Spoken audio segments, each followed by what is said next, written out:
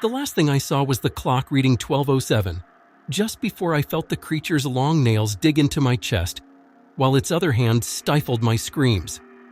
I awoke, drenched in a cold sweat, relieved it was just another nightmare. My eyes instinctively darted to the clock. It was 12:07. Then, the unmistakable creak of my closet door echoed behind me. Living alone in an old, creaky house on the outskirts of town always had its eerie moments, but nothing had ever prepared me for this. I had been experiencing these nightmares for weeks, each one ending at the exact same time with the exact same terrifying outcome. But waking up to find reality mirroring my nightmare was a new kind of horror. I sat frozen in bed, my heart racing. The rational part of my mind urged me to dismiss it as a coincidence, perhaps the remnants of my dream bleeding into reality. But then, another sound shattered the silence, a low, guttural growl emanating from the closet. With a trembling hand, I reached for the lamp on my nightstand and flicked it on. The light seemed to hesitate before flooding the room, casting long shadows that twisted into grotesque shapes. The growling ceased, and for a moment everything was eerily silent. I mustered every ounce of courage to confront whatever lay in the closet. Perhaps it was just my mind playing tricks on me, fueled by the terror of the dream. As I slowly edged toward the closet, every floorboard's creak sounded like a thunderclap in the silent room. I reached for the closet door, my hand shaking uncontrollably. The moment my fingers brushed it against the knob, a cold gust of wind blew through the room, extinguishing the lamp and plunging me into darkness. The growling resumed, louder and more menacing than before. In the pitch black, my other senses heightened. I could feel the presence of something in the room with me, something alive and malevolent. The air felt charged with a sinister energy, and the temperature dropped so suddenly that my breath became visible, hanging in the air like a cloud. I wanted to scream, to run, but fear rooted me to the spot. Then in the darkness I heard a whisper, a voice so vile and filled with malice that it chilled me to the bone. It spoke my name, drawing out each syllable in a taunting sing-song manner. The closet door creaked open wider, and I could sense the creature moving toward me. Its breath was ragged and foul, filling the room with the stench of decay. I knew then that this was no dream. The creature from my nightmares had crossed into my reality. Desperation took over, and I lunged for the door, stumbling in the darkness. I could feel the creature's presence close behind me, its nails grazing my back as I flung the door open and burst into the night. The cold air hit me like a wall, but I didn't stop running. I didn't dare look back for fear that the sight of the creature would paralyze me with terror. I ran until my lungs burned and my legs ached, until I reached the edge of town and the safety of streetlights and people. When I finally dared to glance back, there was nothing but the silent, empty road behind me. The creature from my nightmare had vanished, but the terror it instilled in me remained. I never returned to that house, too afraid of what might be waiting in the shadows. The nightmares stopped, but the memory of that night lingered, a constant reminder of the thin veil between dreams and reality, and of the darkness that lurks just beyond the edge of our perception. In the days that followed, the incident haunted me like a relentless shadow.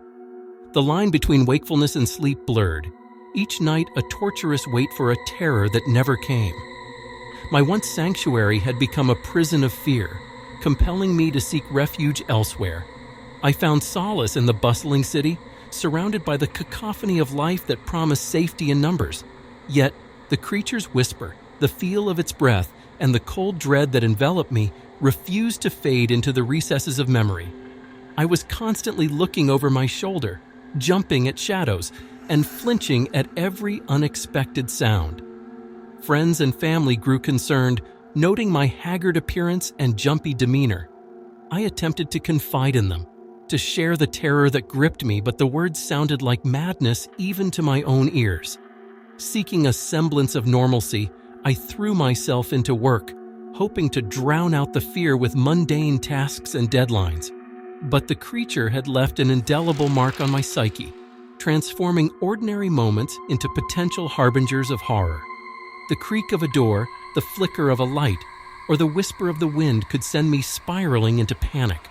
Determined to confront this nightmare, I began researching, delving into folklore, myths, and legends in search of anything that resembled the creature that haunted me. The more I read, the more I realized that tales of beings crossing from dreams into reality were not uncommon, spanning cultures and centuries. These stories spoke of entities that fed on fear, using nightmares as gateways into our world. Armed with this knowledge, I understood that my fear was the creature's anchor to this world. To banish it, I had to face it. To deny it, the fear it craved. The thought was terrifying, but the prospect of living in perpetual fear was worse. I sought the help of a therapist, someone versed in the power of the mind who guided me through the process of facing my fears in a controlled environment.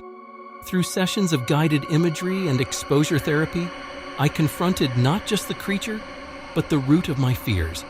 It was a grueling process fraught with setbacks and moments of despair, but slowly, I began to reclaim my mind from the clutches of terror.